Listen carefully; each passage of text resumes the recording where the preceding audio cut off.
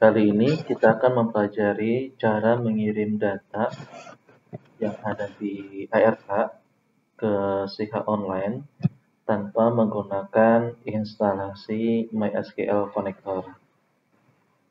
Sebelumnya kita perlu pastikan bahwa ARK yang kita gunakan itu sudah mendukung fitur tersebut, yaitu minimal yang tanggal 16 Maret 2021 atau dengan kode 210316. Lebih dari itu tentu akan bisa juga gitu ya. Oke, caranya kita bisa lewat menu proses wizard seperti biasa. Nah, di halaman proses wizard ini kita seperti biasa pilih checklist laporan apa saja, data apa saja yang akan kita kirimkan. Misalkan via load, lalu misalkan ada mau kirim kohort juga, mau kirim laporan lain juga gitu ya.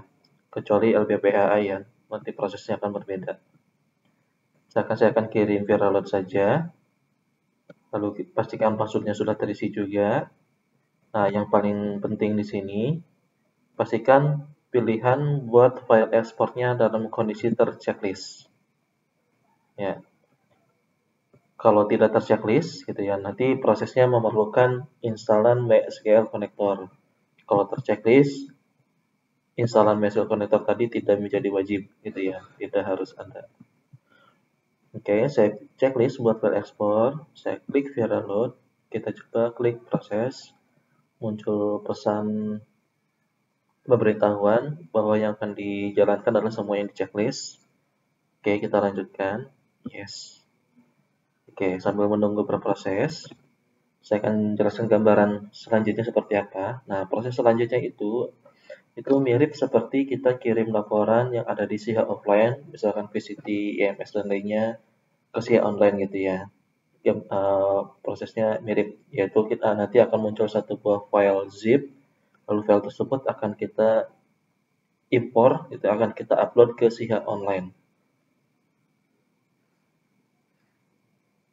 Nanti file tersebut akan muncul di folder yang sama dengan kita menyimpan file ARK. Oke, muncul pesan proses selesai ya.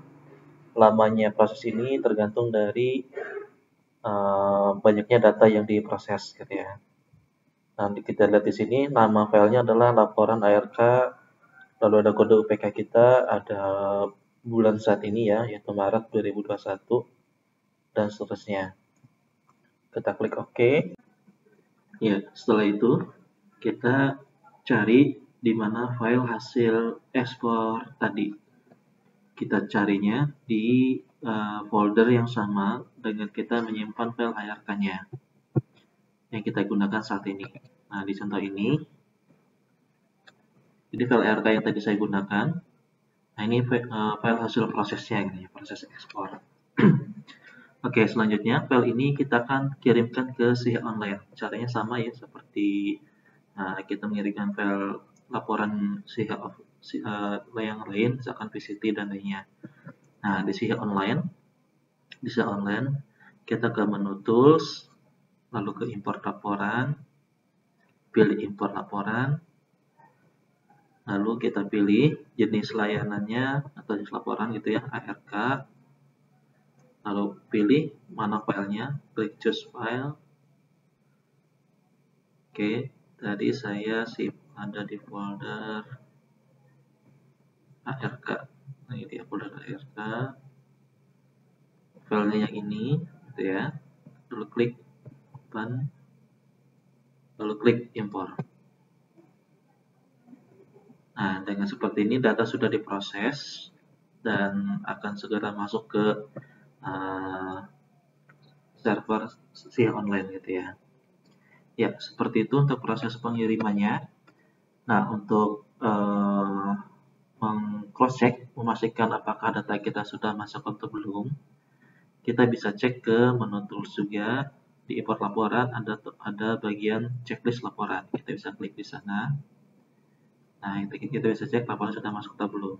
Nah, kalau sudah masuk, nanti di bagian laporan ARK akan muncul checklist, yaitu di kolom bulan kita mengirim laporan ini. gitu ya. Jadi checklist di sini bukan checklist data kita ada tahun berapa saja, misalkan viral load-nya ada Januari, Februari, dan seterusnya. Nah, yang terchecklist tetap di bulan Maret gitu ya, yaitu kapan, bulan apa kita mengirim data ARK tersebut gitu ya. Jadi hanya di bulan berdasarkan bulan pengirimannya saja. Oke, nah sekarang ada beberapa catatan terkait proses ini gitu ya.